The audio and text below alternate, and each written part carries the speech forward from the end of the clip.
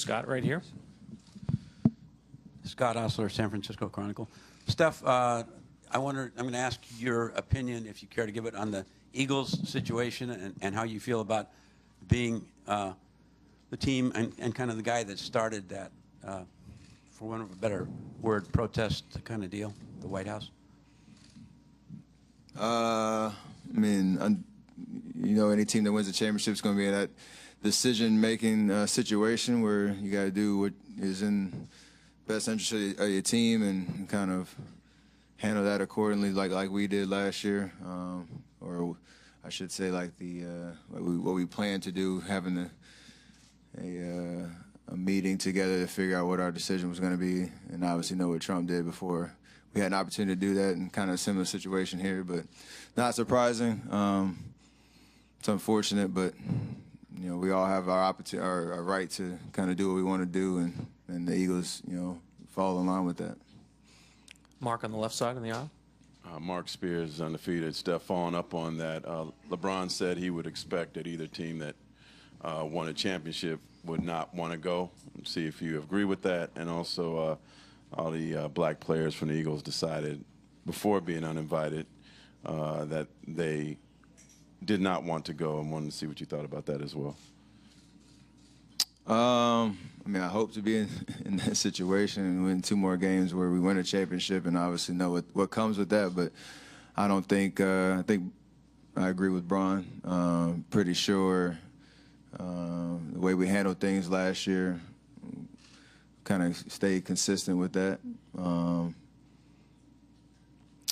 But at the end of the day, like I said, every team has an opportunity to make a decision for themselves and speak for themselves, and I think that's powerful, you know, being in this situation. Shelley, over here. If, and I know it's a big if you get Andre back, what does he bring to your team that you're missing? Not that you're missing, but what does he bring? No, I know what you mean. He's we talk about his versatility all the time. We talk about the ways that he can fill holes defensively and offensively for us, and especially against teams that we have such familiarity with. He's such a high IQ type of guy that he'll most likely find himself in the right place at the right time and help our rotation get back to what we're, you know, consistently used to. So, and just for him, just as a person to be healthy and be able to play in the finals now that we're here, I think that would mean a lot to him and give us an emotional boost as well. So I don't know what his status is, but I know he's said he's been feeling better and making progress, so that's good. But I don't know what other hurdles he has to clear to get back out there on the floor, so let him speak on that. Tim, back left. Steph, all the way in the back corner. Tim Reynolds with the AP. To go back to the anthem in the White House for a second, when you first came out and said last year that you weren't interested in going, did you expect, number one, that we'd still be talking about it, you know, a year later, and that the divide was seemingly going to widen between the White House and athletes in general? And secondly, did you ever think about maybe the unintended consequence of the White House is now almost using this as fuel in some regards, in that, like, for example, they came out today and said that the Eagles are the ones alienating their fans, that they're not. Did you have any idea it was going to turn into all this? No, but I didn't really.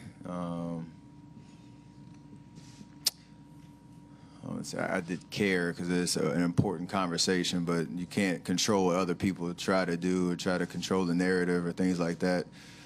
We've been really consistent about our messaging and understanding what, you know, why we did why we decided, or I should say why I decided to, you know, speak out on us me not wanting to go to the White House, you know, last year. And every team that's won a championship since then has gone through that. And like I said, it's hard for you know, so many people want to chime in and how, I guess, social media is used, you know, today. The conversation can get out of control with so many different voices. And I know a guy from the Eagles, wide receiver, who played there on the championship or Super Bowl winning team last year, and he broke it down pretty verbatim of how his process went, you know, with, you know, his discussions with his teammates and and how he wanted to keep the focus on what the conversation should be and not the anthem and not Trump's policies or how he's been overshadowing the NFL and all that type of stuff. So that's refreshing, knowing that he's educating people along the way, and I think that's important. If you focus on who's saying the right things, you shouldn't get lost in that in the noise that's going on right now. Mark in the front. Steph, Mark Medina, Bay Area News Group. This season, how have you seen the dynamic with you and Kevin play out in terms of knowing when it's best for you to get going and him to get going, and vice versa? I mean, every opportunity we get to play, more minutes together, we start to figure out a better chemistry, and that's been the case since October 2017. So it's nice when we're both going and have the opportunity to play off of each other. We both can be aggressive no matter if I'm getting a shot or he's getting a shot or anybody else on the team's getting a shot. It's just we pick our spots offensively, try to find the right matchups, find the right flow, make simple plays. Good things usually happen. And I think it's best when we're communicating with each other about what we see on the floor consistently. And we've been doing a lot of that as of late, encouraging each other, but also kind of pinpointing things that we see. And it's refreshing to hear that from his perspective, and I'm sure, vice versa. So, that helps. And I remember in the fourth quarter of Game 2, right when they Cleveland called their first time out, he was the first one in my face, like, pepping me up for kind of holding it down while he's on the bench, and vice versa. We want to see each other succeed, and got a good chemistry going. Specifically this season, because there are so many different overlapping injuries with yourself, and sometimes he was out of the lineup, to what degree did that play any complications at times? Not much. I mean, I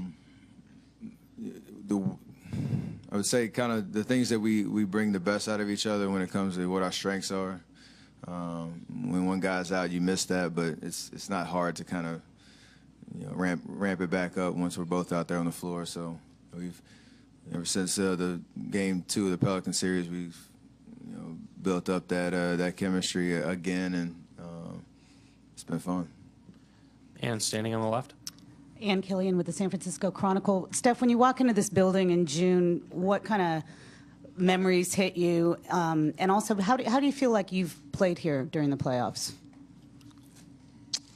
I mean, it feels like the finals. I mean, like I said, this is a road atmosphere in the finals. This is the only building I know, what that experience is like. So, and we know how the atmosphere is here. We know how Cleveland plays here with a lot of energy and force. And I think, without going back to each game, I think I played solidly. Can obviously, hopefully, raise my level up this year, coming in with the opportunity we have in front of us, being up 2-0 again. So, we understand how hard it is to win in this building. No matter what's going on in the series, when you change venues, you got to reassert your dominance and try to find that right momentum to start. And we have a great opportunity, tomorrow to do that, and I want to be, a part of leading that charge and playing an amazing game tomorrow and really taking control of the series. Last two back right over here, and then Tim. Steph, Connor Letourneau, San Francisco Chronicle. Given all the injuries you guys have had this season, how important has someone like Chelsea Lane been to help in terms of helping you guys get to this point? She's been huge, and her whole team's been huge on, just being there for us. We all have, kind of unique injuries or things that we're dealing with, and every guy kind of copes with injuries differently. So from a mental aspect as well, helping us through the recovery process and kind of giving us the game plan of how we can get back on the floor and be better than we were before we got injured. So. And even just maintenance work throughout the season for the healthy guys.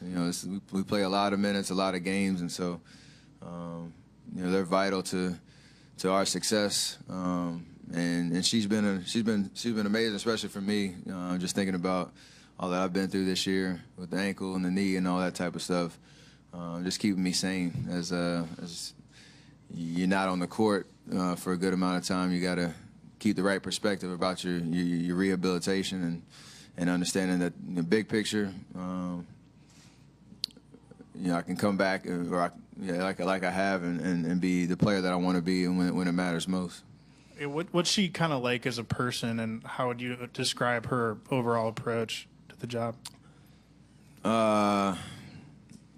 Very positive. She's got a great sense of humor about stuff, and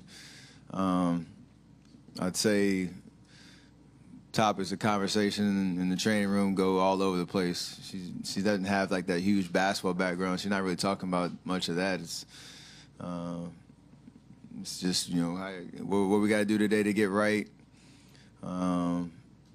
She's always kind of one step ahead, thinking about or trying to anticipate what your move might be like coming into the training room, no matter what you're going through. So she's fun. She's got a great staff that they all step up to the task and sacrifice for us. So we got a good thing going in there.